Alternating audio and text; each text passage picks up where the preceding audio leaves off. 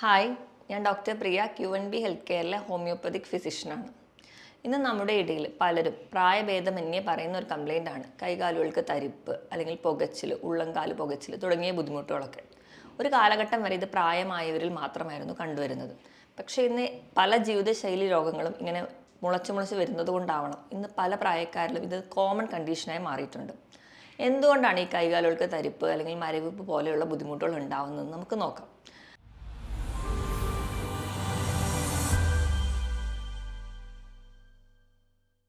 അതിന് പ്രധാന കാരണം എന്ന് പറഞ്ഞിട്ടുണ്ടെങ്കിൽ നമുക്ക് ഈ തരിപ്പോ അല്ലെങ്കിൽ പുകച്ചിലോ അല്ലെങ്കിൽ വിറയൽ പോലുള്ള ബുദ്ധിമുട്ടുകളൊക്കെ ഉണ്ടാവണമെങ്കിൽ പ്രധാനമായും നമ്മുടെ ശരീരത്തിലെ നാഡികളെ ബാധിക്കുന്നത് കൊണ്ടാണ്. ഇന്ന് ഈ വീഡിയോയിലൂടെ നമുക്ക് നാഡികളെ ബാധിക്കുന്ന രോഗങ്ങളും അല്ലെങ്കിൽ ന്യൂറോപ്പതിയുടെ ചെറിയൊരു അവലോകനങ്ങൾ നമുക്ക് നടത്താം. എന്താണ് ന്യൂറോപ്പതി എന്ന് നമുക്ക് നോക്കാം. ന്യൂറോപ്പതി എന്ന് പറയുമ്പോൾ പ്രധാനമായും നമ്മുടെ ശരീരത്തിലുള്ള നാഡികളെ ബാധിക്കുന്ന രോഗങ്ങൾ. നാഡികളെ മാത്രമല്ല, നാഡികൾക്ക് ഒരു ആവരണം പോലെ ചില കോശങ്ങളുണ്ട്, ഗ്ലയൽ സെൽസ് എന്നാണ് അതിനെ പറയുക. അവരെ ബാധിക്കുന്ന രോഗങ്ങളെയും നമുക്ക് ന്യൂറോപ്പതിയിൽ പെടുത്താം.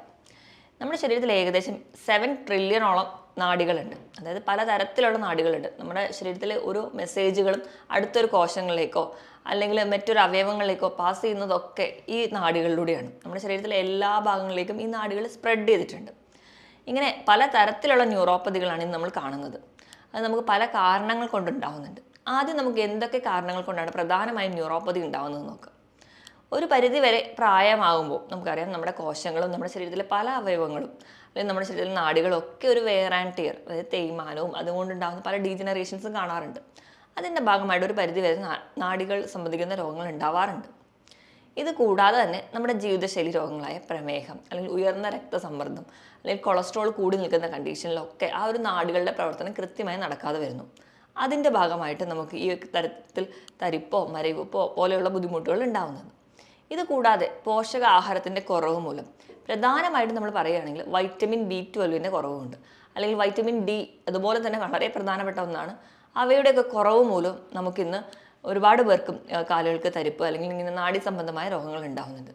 ഇത് കൂടാതെ ചില ഇൻഫെക്ഷൻസ്, ഇപ്പോൾ നമുക്കൊരു TB പോലെയുള്ള കണ്ടീഷൻസിലോ അല്ലെങ്കിൽ ക്യാൻസറിൻ്റെ ചില ലുക്കീമിയ, മൈലോമ പോലെയുള്ള കണ്ടീഷൻസിലോ, അതുകൂടാതെ തന്നെ ഇപ്പോൾ നമുക്ക് ഏതെങ്കിലും ഒരു മുറിവോ അല്ലെങ്കിൽ ഒരു ആക്സിഡൻ്റ് ഒക്കെ ഉണ്ടായിട്ട് നമ്മുടെ നാഡികൾക്ക് പെട്ടെന്ന് പൊട്ടിപ്പോവുക അല്ലെങ്കിൽ നാഡികൾക്ക് ക്ഷതം വരിക, ഇങ്ങനത്തെയുള്ള കണ്ടീഷൻസിലൊക്കെ നമുക്ക് നാഡികളെ സംബന്ധിക്കുന്ന രോഗങ്ങൾ കാണാറുണ്ട്. ഏറ്റവും കൂടുതൽ പക്ഷേ നമ്മൾ കാണുന്നത് ഡയബറ്റിക് ന്യൂറോപ്പതിയാണ്. അതായത് പ്രമേഹം അൺകൺട്രോൾഡ് ആയിട്ട് വരുമ്പോൾ ഉണ്ടാകുന്നതാണ്. ഇത് കൂടാതെ തന്നെ ഏതെങ്കിലും ഒരു ഭാഗത്തേക്കുള്ള നാഡികൾ മുറിഞ്ഞു പോവുക, അല്ലെങ്കിൽ അവർക്ക് പെട്ടെന്ന് ഉണ്ടാകുന്ന ചില രോഗങ്ങൾ, ചില പനിയോ അല്ലെങ്കിൽ ചില വൈറൽ ഇൻഫെക്ഷൻസ് ഒക്കെ വന്നു കഴിഞ്ഞ് കഴിഞ്ഞാൽ അതിൻ്റെ ഒരു ആഫ്റ്റർ ഇഫക്ട്സ് ആയിട്ടും നമുക്ക് ഇങ്ങനെ ന്യൂറോപ്പതി കാണിക്കാറുണ്ട്. ഇത് കൂടാതെ തന്നെ മദ്യപാനം, പുകവലി പോലെയുള്ള ശീലങ്ങളുണ്ടെങ്കിൽ നമുക്കറിയാം കൃത്യമായിട്ട് നമ്മുടെ കോശങ്ങൾക്കോ അല്ലെങ്കിൽ നാഡികൾക്കോ പ്രവർത്തിക്കാൻ പറ്റില്ല. കാരണം ഇവയിലുണ്ടാകുന്ന ഈ ടോക്സിക് മെറ്റീരിയൽസ് കൃത്യമായിട്ട് അവരുടെ പ്രവർത്തനം നടത്താൻ സമ്മതിക്കില്ല. അതിൻ്റെ ഭാഗമായിട്ട് നമുക്ക് കാലുകൾക്ക് തരിപ്പ്, മരവിപ്പ് അല്ലെങ്കിൽ ഇങ്ങനെ പലതരത്തിലുള്ള ന്യൂറോപ്പതിയുടെ ലക്ഷണങ്ങൾ കാണിക്കാറുണ്ട്. ഇതിനോടൊപ്പം തന്നെ ചില വാദസംബന്ധമായ രോഗങ്ങൾ, ഇപ്പം ആമവാദം പോലെയുള്ള അല്ലെങ്കിൽ SLE പോലെയുള്ള കണ്ടീഷൻ ഉള്ളവർക്ക് ചില മരുന്നുകൾ കണ്ടിന്യൂസ് ആയിട്ട് ഉപയോഗിക്കുന്നതിൻ്റെ ഒരു സൈഡ് എഫക്റ്റ് ആയിട്ട് ഇവയിൽ ഒക്കെ ഈ ഒരു നാഡികളുടെ രോഗങ്ങൾ ഉണ്ടാവുന്നതായിട്ട് നമുക്ക് കാണാം. പ്രധാനമായിട്ടും ഈ ഒരു ന്യൂറോപ്പതിയെ നമ്മൾ 4 ആയിട്ടാണ് ഡിവൈഡ് ചെയ്തിരിക്കുന്നത്. 4 ഏതൊക്കെയാണെന്ന് നോക്കിക്കഴിഞ്ഞാൽ peripheral neuropathy, autonomic neuropathy, focal neuropathy and cranial neuropathy. അത് നമുക്ക് പെരിഫറൽ ന്യൂറോപ്പതി എന്താണെന്ന് നോക്കാം. പെരിഫറൽ ന്യൂറോപ്പതി എന്ന് പറയുമ്പോൾ നമുക്കറിയാം നമ്മുടെ ഒരു നാഡീ വ്യവസ്ഥ എന്ന് പറയുമ്പോൾ നമ്മുടെ തലച്ചോറിൽ നിന്ന് ഉണ്ടാവുന്ന ഒരുപാട് ചെറിയ ചെറിയ നാഡികൾ ഉണ്ടാവാം. അതിൽ നിന്ന് താഴേക്ക് വരുമ്പോൾ നമ്മുടെ തലച്ചോറിൻ്റെ താഴേക്ക് കണ്ടിന്യൂ ചെയ്തുമ്പോൾ സുഷുമ്ന നാഡി ഉണ്ട്. അത് നമ്മുടെ കശേരുകളുടെ ഇടയിലൂടെ ഇങ്ങനെ പാസ് ചെയ്ത് നമ്മുടെ ശരീരത്തിൻ്റെ മറ്റ് പല അവയവങ്ങളിലേക്കും നമ്മുടെ ശരീരത്തിൻ്റെ വിരൽ തുമ്പിലേക്കും കാലിൻ്റെ തുമ്പിലേക്ക് വരെ സ്പ്രെഡ് ചെയ്ത് പോകുന്നുണ്ട്. അപ്പോൾ ഈ സുഷുമ്ന നാഡിയിലേക്ക് വരുന്ന ഈ ഒറിജിൻ ചെയ്യുന്ന ഈ ഒരു ബ്രാഞ്ച് അല്ലെങ്കിൽ ഈ ഒരു കൂട്ടമാണ് പെരിഫറൽ നെർവ്സ് എന്ന് പറയും. ഇവയ്ക്ക് എന്തെങ്കിലും ഒരു രോഗം സംബന്ധിച്ചാൽ അത് നമുക്ക് നാഡികൾ, കശേരുകൾക്കോ അല്ലെങ്കിൽ നമ്മുടെ ഡിസ്കുകൾക്ക് കംപ്ലയിൻറ്റ്സ് ആയാലാവാം, അല്ലെങ്കിൽ ഈ നാഡികൾക്ക് തന്നെ എന്തെങ്കിലും പ്രശ്നങ്ങൾ വന്നാലോ, അല്ലെങ്കിൽ നമുക്കറിയാം ഈ വെർട്ടിബ്രൽ കംപ്രഷൻ കൊണ്ടോ, അങ്ങനത്തെ പല കണ്ടീഷൻസ് കൊണ്ട് ഉണ്ടാവുന്ന ഒരു ഗ്രൂപ്പ് ഓഫ് ന്യൂറോപ്പതിക്കൽ കണ്ടീഷൻസ് ആണ് പെരിഫറൽ ന്യൂറോപ്പതി എന്ന് പറയുക. ഈ പെരിഫറൽ ന്യൂറോപ്പതി എന്ന് പറയുമ്പോൾ നമ്മൾ ഒരുപാട് കേസിലും കാണുന്നൊരു സിംറ്റംസ് ഒക്കെയാണ് ഇവരും പ്രസൻറ്റ് ചെയ്യുക. തുടക്കം എപ്പോഴും മിക്കവാറും കേസിലും കാലിലായിരിക്കും. കാലിൽ അവർ പറയാറുണ്ട് കാലിൽ തരിപ്പുണ്ട്, പെരുപ്പുണ്ട്, പുകച്ചിൽ അനുഭവപ്പെടുന്നു, ഉള്ളം കാലിന് പുകച്ചിൽ, അവർ പല രീതിയിലുള്ള സെൻസേഷൻ. ഇത് നമ്മൾ ആ ഒരു ആദ്യത്തെ സ്റ്റേജിൽ തരിപ്പോ പെരുപ്പോ ഒന്നും വലിയ കാര്യമാക്കി എടുക്കില്ല. അപ്പോൾ അത് ഡെവലപ്പ് ചെയ്ത് പോകുമ്പോൾ അവർ പറയുന്ന ഒരുപാട് ബുദ്ധിമുട്ടുകൾ നമ്മൾ എപ്പോഴും കേൾക്കുന്നതാണ്. ഇവിടെ പറയാൻ ചെരുപ്പിട്ട് കഴിഞ്ഞാൽ ചെരുപ്പിട്ട പോലെ തോന്നുന്നില്ല, എണീറ്റ് നടക്കുമ്പോൾ തറ അറിയാൻ പറ്റുന്നില്ല, ആ ഒരു സെൻസേഷൻ അവർക്ക് നഷ്ടപ്പെടുന്നു, പെട്ടെന്ന് വേച്ചു പോകുന്നു, വീഴാൻ പോകുന്നു തുടങ്ങിയ ബുദ്ധിമുട്ടുകളൊക്കെ പേഷ്യൻസ് നമ്മുടെ അടുത്ത് വന്ന് പറയാറുണ്ട്. ഇത് നമുക്ക് ഡെവലപ്പ് ചെയ്ത് വരുന്ന സമയത്ത് കൈകളിലെയും ബാധിക്കും. കൈകൾക്ക് തരിപ്പ് പല വീട്ടമ്മമാരും പറയുന്ന ഒരു കംപ്ലൈൻ്റ് ആണ്. പാത്രം കഴുകുമ്പോഴൊക്കെ ഭയങ്കര ബുദ്ധിമുട്ട് അനുഭവപ്പെടുന്നു. അതായത് ചൂലൊക്കെ എടുത്ത് മുറ്റം തൂക്കുമ്പോൾ ബുദ്ധിമുട്ട്. ചില പടമൊക്കെ വരയ്ക്കുന്നവരായിരുന്നു കാണണം. മുൻപ് കാലത്തൊക്കെ നല്ലപോലെ പടം വരച്ചിരുന്ന ഒരാൾക്കാണ് ചിലപ്പം കൈകൾക്ക് വിറ തുടങ്ങിയിട്ട് പടം വരയ്ക്കാൻ പറ്റുന്നില്ല, ഒന്ന് പേര് പോലും എഴുതാൻ പറ്റാത്ത കണ്ടീഷൻസ്. ഇങ്ങനെ ഒരുപാട് ബുദ്ധിമുട്ടുകൾ അവർ നമ്മുടെ മുമ്പിൽ പ്രസൻറ്റ് ചെയ്യാറുണ്ട്. ആ ഒരു സെൻസേഷൻ ലോസിലോട്ടൊക്കെ വരുമ്പോൾ ചിലർക്ക് തണുപ്പ് സെൻസേഷൻ ആയിരിക്കും നഷ്ടപ്പെടുന്നത്, ചിലർക്ക് ചൂട് തിരിച്ചറിയാൻ പറ്റുന്നില്ല. ചെറിയ ചൂടിലൊക്കെ അവർക്ക് വലിയ പ്രശ്നമില്ലാത്ത രീതിയിലായിരിക്കും അവർക്ക് അനുഭവപ്പെടുക. ഇതുകൂടാതെ കൈകാലുകൾക്കുള്ള വിറയൽ, ഇങ്ങനത്തെ പല ബുദ്ധിമുട്ടും നമ്മുടെ ജീവിത ശൈലികൾ പല കാരണങ്ങൾ കൊണ്ടും നമുക്ക് ദൈനംദിന പ്രവർത്തനങ്ങൾ പോലും ചെയ്യാൻ പറ്റാത്ത വരുന്ന ഒരു കണ്ടീഷനിലോട്ട് ഈ ന്യൂറോപ്പതി എത്താറുണ്ട്. ഇതാണ് പ്രധാനമായിട്ടും പെരിഫറൽ ന്യൂറോപ്പതിയിൽ കാണാറ്. ഇനി രണ്ടാമതായിട്ട് പറയുന്നതാണ് ഓട്ടോണോമിക് ന്യൂറോപ്പതി. ഓട്ടോണോമിക് എന്ന് പറയുമ്പോൾ തന്നെ നമ്മുടെ നിയന്ത്രണത്തിലല്ലാതെ പോകുന്ന നമ്മുടെ ശരീരത്തിലെ ചില പ്രവർത്തനങ്ങളാണ്. ഇപ്പോൾ ഉദാഹരണം നോക്കുകയാണെങ്കിൽ ഹാർട്ട് ബീറ്റ് ചെയ്യുന്നത്, നമ്മൾ ശ്വസിക്കുന്നത്, നമ്മൾ കഴിക്കുന്ന ഭക്ഷണം ദഹിക്കുന്നത്. നമ്മൾ ഭക്ഷണം കഴിക്കുമ്പോൾ നമ്മൾ അറിയും, പക്ഷെ ദഹിക്കുന്നത് നമ്മൾ അറിയുന്നില്ല. ഇങ്ങനെ നമ്മുടെ നിയന്ത്രണത്തിലല്ലാതെ പോകുന്ന പ്രവർത്തനങ്ങളെയാണ് നമ്മൾ ഓട്ടോണോമിക് എന്ന് പറയാറ്. അപ്പോൾ ഇങ്ങനെയുള്ള ചില പ്രവർത്തനങ്ങളെ ബാധിക്കുന്ന ഒരു ന്യൂറോപ്പതി ഗ്രൂപ്പിനെയാണ് നമ്മൾ ഓട്ടോണോമിക് ന്യൂറോപ്പതി എന്ന് പറയാം. അതിൽ ആദ്യം തന്നെ വരുന്നത് ചിലപ്പം നമ്മുടെ ചുണ്ട് വായൊക്കെ പെട്ടെന്ന് ഉണങ്ങുന്ന പോലെ, നാക്കൊക്കെ വരളുന്ന പോലെ തോന്നാം. നമ്മൾ ഭക്ഷണമൊക്കെ നല്ലപോലെ കഴിച്ചാലും ആ ഒരു ഡൈജഷൻ പ്രോപ്പറായിട്ട് നടക്കില്ല. അതിൻ്റെ ഭാഗമായിട്ട് മലബന്ധം, ചിലർക്കാണെങ്കിൽ വയറിളക്കമായിട്ട് പ്രസൻറ്റ് ചെയ്യുന്നതാണ്. അല്ലാതെ ഗ്യാസിൻ്റെ ബുദ്ധിമുട്ടായിട്ട് ചിലർക്ക് പ്രസൻറ്റ് ചെയ്യും, കാരണം ആ ഒരു ദഹന പ്രക്രിയ കൃത്യമായിട്ട് നടക്കാത്തത് കൊണ്ട്. ഇതല്ലാതെ തന്നെ അവർക്ക് വരാം ഹാർട്ട് ബീറ്റിലുള്ള വേരിയേഷൻസ് വരാം, ശ്വസിക്കുമ്പോൾ ഉള്ള ബുദ്ധിമുട്ട്, കിതപ്പ് അല്ലെങ്കിൽ നെഞ്ചിടിപ്പ് കൂടുതലായിട്ട് തോന്നുക, ഇങ്ങനത്തെയുള്ള പല ലക്ഷണങ്ങളും ഇവരിൽ പ്രസൻറ്റ് ചെയ്യുന്നത് കാണാം. ഇതോടൊപ്പം തന്നെ നമുക്ക് പ്രായമായവരിൽ കാണുന്ന ഒരുപാട് ലക്ഷണങ്ങൾ ഇവിടെ കാണാറുണ്ട്. ചിലപ്പോൾ നമ്മൾ ഇരിക്കുന്നിടത്ത് എണീക്കാൻ പോകുമ്പോൾ വീഴാൻ പോവുക, അല്ലെങ്കിൽ നമ്മൾ എണീറ്റ് നടന്നു പോയി മുഖം കഴുകാൻ പോകുമ്പോൾ ആ ഒരു ജോയിൻറ്റിൻ്റെ ആ ഒരു പൊസിഷൻ നഷ്ടപ്പെടുക, ആ ഒരു സെൻസേഷൻ നഷ്ടപ്പെടുന്നതിൻ്റെ ഭാഗമായിട്ട് പെട്ടെന്ന് വീഴാൻ പോവുക. ചിലപ്പം നമുക്ക് തന്നെ ആ ഒരു കോർഡിനേഷൻ നഷ്ടപ്പെടുന്നതുകൊണ്ട് നമ്മുടെ ഷർട്ടിൻ്റെ തന്നെ ബട്ടൺസ് ഇടാൻ ബുദ്ധിമുട്ട് തോന്നുക.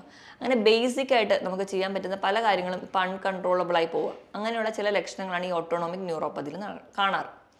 ഇതല്ലാതെ മൂന്നാമത്തെ ടൈപ്പാണ് ഫോക്കൽ ന്യൂറോപ്പതി. ഫോക്കൽ ന്യൂറോപ്പതി എന്ന് പറഞ്ഞാൽ നമ്മുടെ ശരീരത്തിൽ ഏതെങ്കിലും ഒരു ഭാഗത്തെ ഒരു നാഡീരെ മാത്രം ബാധിക്കുന്നതാണ് ഫോക്കൽ ന്യൂറോപ്പതി. ഇപ്പം നമ്മുടെ കയ്യിൽ പറയുകയാണെങ്കിൽ നമ്മൾ ചില ആൾക്കാർ പറയാറുണ്ട് ചെറുവിരൽ തൊട്ട് 3 വിരലുകൾ മാത്രം ധരിക്കുക. അതുപോലെ തന്നെ കാലിൽ ആ ഒരു ചെറുവിരൽ തൊട്ട് അടുത്തുള്ള ബാക്കി 2 വിരളെയും കൂടെ ബാധിക്കുന്ന തരത്തിൽ മാത്രം ഒരു തരിപ്പ് അങ്ങനെ വരുന്ന കാണാറുണ്ട്.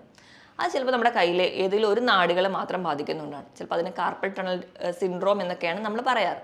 ഇങ്ങനെയുള്ളൊരു സിംറ്റംസ് ഒക്കെയായിട്ട് ഒരുപാട് പേര് പ്രസൻറ്റ് ചെയ്യാറുണ്ട്. ഇതല്ലാതെ തന്നെ നമുക്ക് ഏതെങ്കിലും ഒരു ഇഞ്ചുറി അല്ലെങ്കിൽ ഒരു ആക്സിഡൻ്റ് ഒക്കെ പറ്റിയിട്ട് നമ്മുടെ കാലിൽ ഒരു നാഡി അല്ലെങ്കിൽ ഒരു നാടിക്ക് മാത്രം മുറിവ് വരിക, അല്ലെങ്കിൽ കയ്യിലോ എവിടെയായാലും ആ ഒരു ഭാഗത്തേക്ക് മാത്രം ഒരു സെൻസേഷൻ നഷ്ടപ്പെടുക, അല്ലെങ്കിൽ അവിടേക്ക് മാത്രം ഒന്നും അറിയാത്ത പോലെ തോന്നുക. ഈ ഒരു കണ്ടീഷനെ നമ്മൾ ഫോക്കൽ ന്യൂറോപ്പതി എന്ന് പറയും. പിന്നെ ക്രേനിയൽ ന്യൂറോപ്പതി, കൂടുതലും തലച്ചോറുമായി ബന്ധപ്പെട്ട കണ്ടീഷൻസാണ് ഇവർ പ്രസൻറ്റ് ചെയ്യാറ്. ക്രേനിയൽ ന്യൂറോപ്പതിയിൽ കൂടുതലും നമ്മുടെ തലച്ചോറിൽ നിന്ന് ഉത്ഭവിക്കുന്ന നാഡികൾക്ക് സംബന്ധിക്കുന്ന എന്തെങ്കിലും രോഗങ്ങളാവാം. അതിപ്പം ഇത് മാത്രമല്ല, നമ്മുടെ മറ്റ് ജീവിതശൈലി രോഗങ്ങൾ കൊണ്ടും ഇങ്ങനെ വരാം. ഈ ഒരു കണ്ടീഷനാണ് നമ്മൾ ക്രേനിയൽ ന്യൂറോപ്പതിയിലോട്ട് പെടുക. ഇതൊക്കെയാണ് പ്രധാനമായും ന്യൂറോപ്പതിനെ ഡിവൈഡ് ചെയ്തിരിക്കുന്നത്. ഇതിൽ ഏറ്റവും കൂടുതൽ നമ്മുടെ അടുത്ത് വരുന്ന ആൾക്കാർ കാണിക്കുന്ന ഒന്നെന്ന് പറഞ്ഞാൽ ഡയബറ്റിക് ന്യൂറോപ്പതിയാണ്.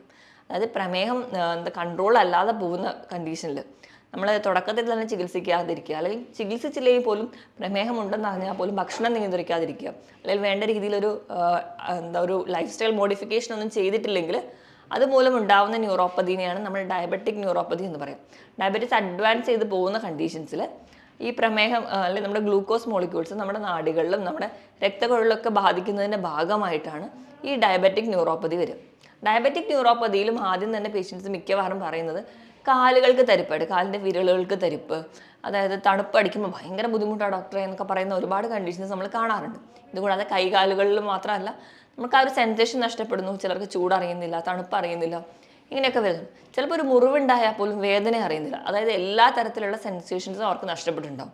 അതുകൊണ്ട് തന്നെ ഈ മുറിവ് അവർ അറിയാതെ പോകുന്നതിൻ്റെ ഭാഗമായിട്ട് ചിലപ്പോൾ ഇതൊരു വ്രണം, ചെറിയൊരു വ്രണമായിരുന്നു, അത് ചിലപ്പോൾ അൾസറായി മാറിയിട്ടുണ്ടാവും.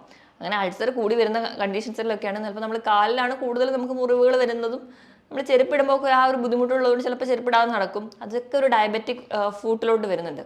അങ്ങനെ നമ്മുടെ കാലിലെ വിരളോ അല്ലെങ്കിൽ കാലോ തന്നെ മുറിച്ച് മാറ്റുന്ന ഒരുപാട് കണ്ടീഷൻസ് നമ്മുടെ ചുറ്റിലുമുണ്ട്. നമ്മൾ ശ്രദ്ധിക്കാതെ പോകുന്നതുകൊണ്ട് ഉണ്ടാകുന്ന ഒരു കണ്ടീഷനാണ്, അല്ലെങ്കിൽ പ്രമേഹം നിയന്ത്രിക്കാതെ പോകുമ്പോൾ ഉണ്ടാകുന്ന ഒരു കോംപ്ലിക്കേഷൻ മാത്രമാണ് ഡയബറ്റിക് ന്യൂറോപ്പതി. അപ്പോൾ ഇങ്ങനെ എന്താ പറയുക, പ്രമേഹമൊക്കെ ഉണ്ടെങ്കിൽ അല്ലെങ്കിൽ പാരമ്പര്യമായിട്ട് പ്രമേഹം ഉണ്ടെങ്കിൽ നമ്മൾ ചെയ്യേണ്ടത് എന്താണെന്ന് വെച്ചിട്ടുണ്ടെങ്കിൽ നമ്മൾ വർഷത്തിലൊരിക്കലെങ്കിലും ഇങ്ങനെ ഒരു ന്യൂറോപ്പതിക് ടെസ്റ്റുകളൊക്കെ ചെയ്യുക. നമ്മുടെ കാലുകളൊക്കെ എന്നും വൈകുന്നേരം കുളിക്കുന്നതിന് മുൻപായിട്ട് തന്നെ പരിശോധിക്കുക, എന്തെങ്കിലും മുറിവുകളൊക്കെ ഉണ്ടോ. ചിലപ്പോൾ നമുക്ക് വേദന അറിയുന്നില്ലാത്തത് കൊണ്ട് നമ്മൾ ശ്രദ്ധിക്കപ്പെടാതെ പോകുന്നതാവാം. നമ്മുടെ വീട്ടിൽ ഓരോരുത്തർക്ക് ആർക്കെങ്കിലും ഒരാൾക്ക് പ്രമേഹമുണ്ട്, അച്ഛനോ അമ്മയ്ക്കോ പ്രമേഹമുണ്ടെങ്കിൽ കുട്ടികൾ തന്നെ ശ്രദ്ധിക്കണം. എന്താ അവരുടെ കാലിൽ മുറിവുകളൊക്കെ ഉണ്ടോ എന്ന് നോക്കിയിട്ട് വേണം അവരെ സംരക്ഷിക്കാൻ. എങ്കിൽ മാത്രമേ ഈ ഒരു കോംപ്ലിക്കേഷനിലോട്ട് പോവാതിരിക്കുകയുള്ളൂ. ഇതോടൊപ്പം തന്നെ കാണുന്ന ഒരു കണ്ടീഷനാണ് ഗില്ലൻ ബാരി സിൻഡ്രോം. അതൊരു റെയർ കണ്ടീഷനാണ്. നമ്മുടെ ശരീരത്തിലെ പ്രതിരോധ ശേഷി ഈ നാടുകൾക്ക് എതിരെ പ്രവർത്തിക്കുന്ന ഒരു കണ്ടീഷനാണ്. ഇതൊക്കെയാണ് പ്രധാനമായും ന്യൂറോപ്പതിയിൽ വരുന്ന കണ്ടീഷൻസ്. ഇനി നമുക്ക് എങ്ങനെ ഒരു ന്യൂറോപ്പതി കണ്ടുപിടിക്കാം? അപ്പം ഒന്നാമത് നമ്മൾ ക്ലിനിക്കിലൊക്കെ വരുമ്പോൾ ആ ഒരു ലക്ഷണങ്ങൾ വെച്ചിട്ടാണ് നമ്മൾ തിരിച്ചറിയാം ഇതൊരു ന്യൂറോപ്പതിക് കണ്ടീഷനാണ്. പിന്നെ ഒരു ഡയഗ്നോസിസിലോട് വരുമ്പോൾ നമുക്ക് നെർവ് കണ്ടക്ഷൻ സ്റ്റഡി ചെയ്യാറുണ്ട്. ഇത് ആ നാടുകളിലൂടെ മെസ്സേജ് പാസ് ചെയ്യുന്നത് അനുസരിച്ചിട്ട്. പിന്നെ ഇലക്ട്രോ മയോഗ്രാം ചെയ്യാറുണ്ട്, അതായത് നാടുകളിൽ നിന്ന് പേശികളിലോട്ട് എങ്ങനെ മെസ്സേജ് പാസ് ചെയ്യുന്നു എന്നൊക്കെ നോക്കിയിട്ടുണ്ട്. ഇനി മറ്റ് രോഗങ്ങളുമായി ബന്ധപ്പെട്ടിട്ടാണ് വരുന്നതെങ്കിൽ നമ്മൾ അതിന് വേണ്ടിയിട്ടുള്ള സ്ക്രീനിങ് ടെസ്റ്റും കൂടി ചെയ്യാറുണ്ട്. പ്രമേഹ രോഗികൾക്കാണെങ്കിൽ നമ്മൾ അതിനുവേണ്ടി HbA1c അല്ലെങ്കിൽ മറ്റ് ടെസ്റ്റുകൾക്കോ വേണ്ടി വിടും. BP ഉയർന്ന തൈറോയിഡിൻ്റെ മൂലം അല്ലെങ്കിൽ കൊളസ്ട്രോൾ കൂടുതൽ അല്ലെങ്കിൽ അങ്ങനെ മറ്റ് രോഗങ്ങൾ കൊണ്ടാണ് വരുന്നതെങ്കിൽ നമ്മൾ അതിനു വേണ്ടി റിലേറ്റഡ് ആയിട്ടുള്ള ടെസ്റ്റുകൾ നിർബന്ധമായും ചെയ്താൽ മാത്രമേ ഈ ന്യൂറോപ്പതി കംപ്ലീറ്റ് ആയിട്ട് നമുക്കൊന്ന് കൺട്രോൾ ചെയ്യാൻ പറ്റുള്ളൂ. ഇനി നമ്മൾ മാനേജ്മെൻറ്റ് സൈഡിലോട്ട് വരുമ്പോൾ നമുക്കറിയാം നമ്മുടെ ജീവിതശൈലി രോഗങ്ങൾ ചിലതെല്ലാം നമുക്കിന്ന് ന്യൂറോപ്പതി കണ്ടീഷൻസ് ഉണ്ടാക്കുന്നുണ്ടെന്ന്. അപ്പോൾ നമ്മൾ അവോയ്ഡ് ചെയ്യുന്ന ഭക്ഷണങ്ങൾ നോക്കുമ്പോൾ ഞാൻ ഈ പറഞ്ഞ രീതിയിൽ ഇപ്പം എന്തെങ്കിലും ഒരു കാരണങ്ങൾ ഉള്ളവരാണെങ്കിൽ, ഇപ്പം ഡയബറ്റീസോ അല്ലെങ്കിൽ BP, തൈറോയിഡ്, കൊളസ്ട്രോൾ പോലെയുള്ള ജീവിതശൈലി രോഗങ്ങൾ ഉള്ളവരാണെങ്കിൽ അത് ആദ്യം നിയന്ത്രിക്കുക. അത് നിയന്ത്രിക്കുമ്പോൾ തന്നെ ഒരു പരിധി വരെ നമുക്ക് ഈ കണ്ടീഷൻസ് ഒക്കെ കൺട്രോൾ ചെയ്യാൻ പറ്റും. അപ്പോൾ അതിന് വേണ്ടി തന്നെയുള്ള ലൈഫ് സ്റ്റൈൽ മോഡിഫിക്കേഷൻ നടത്തുക. ഇപ്പം ഒരുപാട് വീഡിയോസിലൂടെ തന്നെ എങ്ങനെ കൊളസ്ട്രോൾ നിയന്ത്രിക്കാം അല്ലെങ്കിൽ എങ്ങനെ പ്രമേഹം നിയന്ത്രിക്കാം എന്നൊക്കെ നമ്മൾ കണ്ടിട്ടുണ്ട്. വീണ്ടും അത് ഞാൻ റിപ്പീറ്റ് ചെയ്യുന്നില്ല.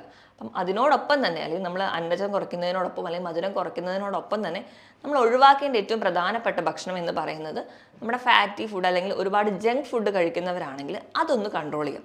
നമ്മൾ ചെറുപ്പത്തിലെ ആ ഒരു ശീലമുള്ളവരാണെങ്കിൽ അത് ആദ്യം തന്നെ കൺട്രോൾ ചെയ്യുകയാണെങ്കിൽ ഒരു പരിധി വരെ കൺട്രോൾ ചെയ്യാൻ പറ്റും. കാരണം ഈ ഒരു ജങ്ക് ഫുഡ് എന്ന് പറയുമ്പോൾ അതിലുണ്ടാകുന്ന ഒരു എന്ന് പറഞ്ഞാൽ advanced glycation end product AGE എന്ന് പറയുന്ന ഒരു പ്രൊഡക്റ്റ് ഉണ്ടാവുന്നുണ്ട്. അതായത് നമ്മൾ ഗ്രിൽഡ് ചിക്കനോ അല്ലെങ്കിൽ പ്രോസസ്ഡ് ഫുഡുകളൊക്കെ കഴിക്കുമ്പോൾ ഇതിൽ നിന്ന് നമ്മുടെ ശരീരത്തിലേക്ക് എത്തുന്ന ഒരു വസ്തുവാണ് AGE. ഇപ്പോൾ പ്രമേഹമൊക്കെ ഉള്ളവർക്കാണെങ്കിൽ ഈ AGEയും നമ്മുടെ ശരീരത്തിലെ ഗ്ലൂക്കോസും കൂടി ചേർന്നിട്ട് ഒരു കോംപ്ലക്സ് ഉണ്ടാവും. ഇവ നാഡികളെയൊക്കെ ഡിപ്പോസിഷനൊക്കെ വരുന്നതിൻ്റെ ഭാഗമായിട്ട് നമുക്ക് ന്യൂറോപ്പതി ഒരുപാട് കാണുന്നുണ്ട്. അതുകൊണ്ട് നമ്മൾ ഏറ്റവും ബേസിക് ആയിട്ട് ഈ ജങ്ക് ഫുഡും അല്ലെങ്കിൽ ഇങ്ങനെ ഒരുപാട് ഫാറ്റ് ആയിട്ടുള്ള ഫുഡും അല്ലെങ്കിൽ ഗ്രിൽഡ് ഭക്ഷണങ്ങളും നമ്മൾ ബാർബിക്യൂ പോലെയുള്ള ഭക്ഷണങ്ങളൊക്കെ കഴിക്കുന്നവരാണെങ്കിൽ അത് ആദ്യം ബേസിക്കലി കുറയ്ക്കും. അതിനോടൊപ്പം നമ്മുടെ അടിസ്ഥാനപരമായിട്ടുള്ള എന്ത് കാരണങ്ങൾ കൊണ്ടാണ് നമുക്ക് ന്യൂറോപ്പതി ഉണ്ടായതെന്ന് തിരിച്ചറിഞ്ഞ് അതുകൂടി റെഗുലേറ്റ് ചെയ്യുകയാണെങ്കിൽ ഒരു പരിധി വരെ നമുക്ക് കുറയ്ക്കാൻ പറ്റും. ഇനി നമ്മൾ എന്തൊക്കെ ഭക്ഷണം കഴിച്ചാലാണ് നമ്മുടെ നാഡികളുടെ പ്രവർത്തനം മെച്ചപ്പെടുത്താൻ പറ്റുക എന്ന് നോക്കാം. അതിന് ഒന്നാമത്തേതായിട്ട് പറയുന്നതാണ് alpha lipoic acid. Alpha lipoic acid എന്ന് പറയുമ്പോൾ നല്ലൊരു ആൻറ്റി ഓക്സിഡൻ്റ് ആണ്. ആൻറ്റി ഓക്സിഡൻ്റ് എന്ന് പറഞ്ഞാൽ നമ്മുടെ ശരീരത്തിൽ നമ്മുടെ കോശങ്ങളെയോ അല്ലെങ്കിൽ നാഡികളെയോ അല്ലെങ്കിൽ നമ്മുടെ മസിലുകളെയോ ഒക്കെ നശിപ്പിക്കുന്ന ഓക്സിഡേഷൻ പ്രവർത്തനങ്ങളെ തടയുന്നവരാണ് ആൻറ്റി ഓക്സിഡൻസ്. ഇവ കൂടുതലായിട്ടും കാണുന്നത് നമ്മുടെ ബീഫിൻ്റെയൊക്കെ ലിവറിൽ അല്ലെങ്കിൽ മട്ടൻ്റെയൊക്കെ ലിവറിൽ കാണുന്നുണ്ട്, ചെറിയ മത്സ്യങ്ങളിലും നട്ട്സിലും ഒക്കെ കാണുന്നുണ്ട്. ഇവ അധികമായിട്ട് കഴിക്കാൻ വേണ്ടി ശ്രദ്ധിക്കുക. ആഴ്ചയിൽ ഒരു 3-4 ദിവസമെങ്കിലും ഇവ കഴിക്കുകയാണ്. മറ്റ് രോഗങ്ങളൊന്നും ഇല്ലാത്തവരാണെങ്കിൽ ഇത് കഴിക്കുന്നത് നിങ്ങളുടെ നാടുകളുടെ പ്രവർത്തനം മെച്ചപ്പെടുത്തും. രണ്ടാമതായിട്ട് വൈറ്റമിൻ B12 അല്ലെങ്കിൽ തൈമിൻ. ഇവ കൂടുതലായിട്ടും കാണുന്നത് തവിടുള്ള ധാന്യങ്ങളിലാണ്. അതോടൊപ്പം തന്നെ നമ്മൾ ഇലക്കറികളൊക്കെ കഴിക്കുക, നല്ലപോലെ മുട്ടയൊക്കെ കഴിക്കുക. ഇവ സ്ഥിരമായി കഴിക്കുകയാണെങ്കിൽ നമുക്കൊരു പരിധി വരെ, അതായത് ഇപ്പം കറുത്ത ഒരു തരത്തിലുള്ള വലിയ പയർ വർഗ്ഗങ്ങളൊക്കെ ഉണ്ട്, അവയിലൊക്കെ ഈ വൈറ്റമിൻ B1 ധാരാളമായിട്ടുണ്ട്. വൈറ്റമിൻ B1ൻ്റെ ഒരു അഭാവം കൊണ്ടുണ്ടാകുന്ന ന്യൂറോപ്പതി ആണെങ്കിൽ അത് നമ്മൾ ഇത് കഴിക്കുന്നതിലൂടെ മാറുന്നതാണ്. മൂന്നാമതായിട്ട് നമ്മൾ കഴിക്കുന്നത് കോഡ് ലിവർ ഓയിൽ. അപ്പം നമ്മൾ കോഡ് ലിവർ ഓയിൽ കൂടുതലായിട്ടും ഉള്ളത് നമുക്കറിയാം ചെറിയ മത്സ്യങ്ങളിലാണ്. omega-3 ഫാറ്റി ആസിഡ്സ് പോലെയുള്ള മത്സ്യങ്ങൾ, അതായത് മത്തി, നെത്തോലി, അയല പോലെയുള്ള മത്സ്യങ്ങളുണ്ട്. അപ്പം മീൻ കഴിക്കാത്തവരാണെങ്കിൽ നിങ്ങൾക്ക് ഫിഷ് കോഡ് ലിവർ ഓയിലായിട്ട് വാങ്ങിച്ച് കഴിക്കാം. ഇതൊക്കെ കഴിക്കുകയാണെങ്കിലും ഒരു പരിധി വരെ നമ്മുടെ നെർവിൻ്റെ ആരോഗ്യം നമുക്ക് മെച്ചപ്പെടുത്താൻ പറ്റും. ഇനി നാലാമതായിട്ട് നമുക്ക് നമ്മുടെ ശരീരത്തിൽ നല്ലൊരു ആൻറ്റി ഓക്സിഡൻസ് അല്ലെങ്കിൽ ആൻറ്റി ഇൻഫ്ലമേറ്ററി ആണ് കുർക്കുമിൻ, നമ്മളെ മഞ്ഞളിലുള്ള വസ്തു. അപ്പോൾ നമ്മൾ കഴിക്കുന്ന ഭക്ഷണത്തിലൊക്കെ ഒരു തരി മഞ്ഞൾ ചേർക്കുകയാണെങ്കിൽ, ഇപ്പോൾ നമ്മൾ ഭക്ഷണത്തിലൂടെ മഞ്ഞൾ ചേർക്കുന്ന പോലെ നമുക്ക് നെല്ലിക്കയൊക്കെ അടിച്ച് ജ്യൂസായിട്ട് എടുക്കുമ്പോൾ അതിലൊരു നുള്ളു മഞ്ഞളൊക്കെ ഇട്ട് കഴിക്കുക, പാലിൽ ചിലരാണെങ്കിൽ മഞ്ഞളിട്ട് കഴിക്കുക. ഇവയൊക്കെ ചെല്ലുമ്പോൾ നമ്മുടെ ശരീരത്തിലെ അല്ലെങ്കിൽ നമ്മുടെ നാടുകളിലെയും കോശങ്ങളിലൊക്കെ ഉണ്ടാകുന്ന നീർക്കെട്ട് മാറുന്നതായിട്ട് കാണാം. കുർക്കുമിൻ നല്ലൊരു ഓപ്ഷനാണ്. അടുത്തതായിട്ട് സിങ്ക് സ്ഥിരമായിട്ട് കഴിക്കണമെങ്കിൽ അതും നമുക്ക് നാഡികളുടെ പ്രവർത്തനം മെച്ചപ്പെടുത്തും.